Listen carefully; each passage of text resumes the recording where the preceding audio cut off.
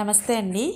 3, 4, 5 తరగతులకు సంబంధించి we love reading day 9 activities ఈ వీడియోలో చేయడం జరిగింది.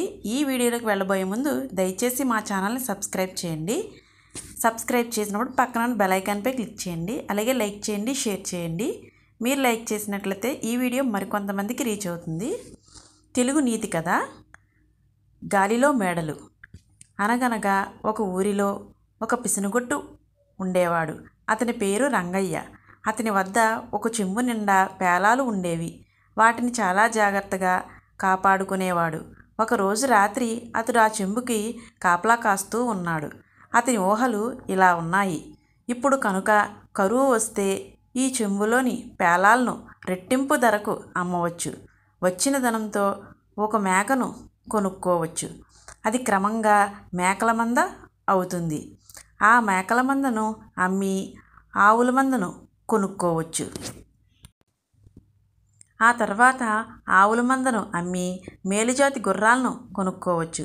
ఒక మేడ కట్టుకోవచ్చు. ఈలోగా ఒక అందమైన అమ్మాయిని పెళ్లి చేసుకోవచ్చు. చక్కని బిడ్డకు తండ్రి కావచ్చు.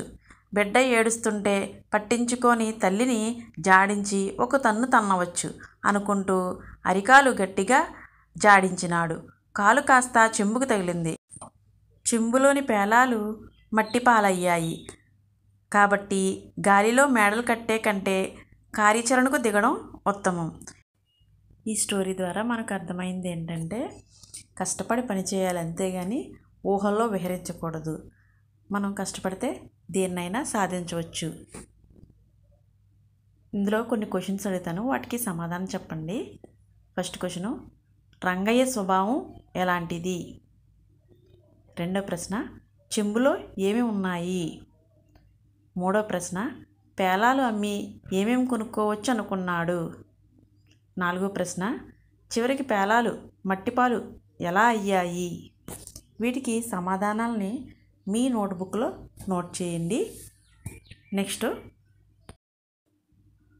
వీ లవ్ రీడింగ్లో భాగంగా ఇంగ్లీష్ స్టోరీ రీడింగు. ఈరోజు మనం చదవబోయే English story the fox and the turtle. A fox caught a turtle from a river to eat him. The turtle cried, "Please don't eat me. If you promise to leave me, I will give you something wonderful to eat." Although the fox is clever, he agreed because he was greedy too. The fox left the turtle back into the river, waiting for something better to eat. As soon as the turtle went into the river water, the fox cried, "You promised to give me something better to eat. Where are you going now?" The turtle said, "You can go and find something for yourself. I am going to live here with my family." The fox was angry at himself for trusting the turtle. Moral: be kind to others, don't harm anyone. ఇక్కడ మనకి ఈ స్టోరీలో pox ఒక river దగ్గర టర్టల్ని పట్టుకుంది తిందామని. ఆ turtle ఏడుస్తూ, ఫాక్స్ నన్ను వదిలేస్తే నీకు చాలా మంచిది తినడానికి ఇస్తాను అని చెప్తుంది, ప్రామిస్ చేస్తుంది. సరే అని ఫాక్స్ చాలా తెలివైంది, అయినా కానీ దానికి ఆశ ఎక్కువ కదా, ఆ ఆశ వల్ల వదులుతుంది.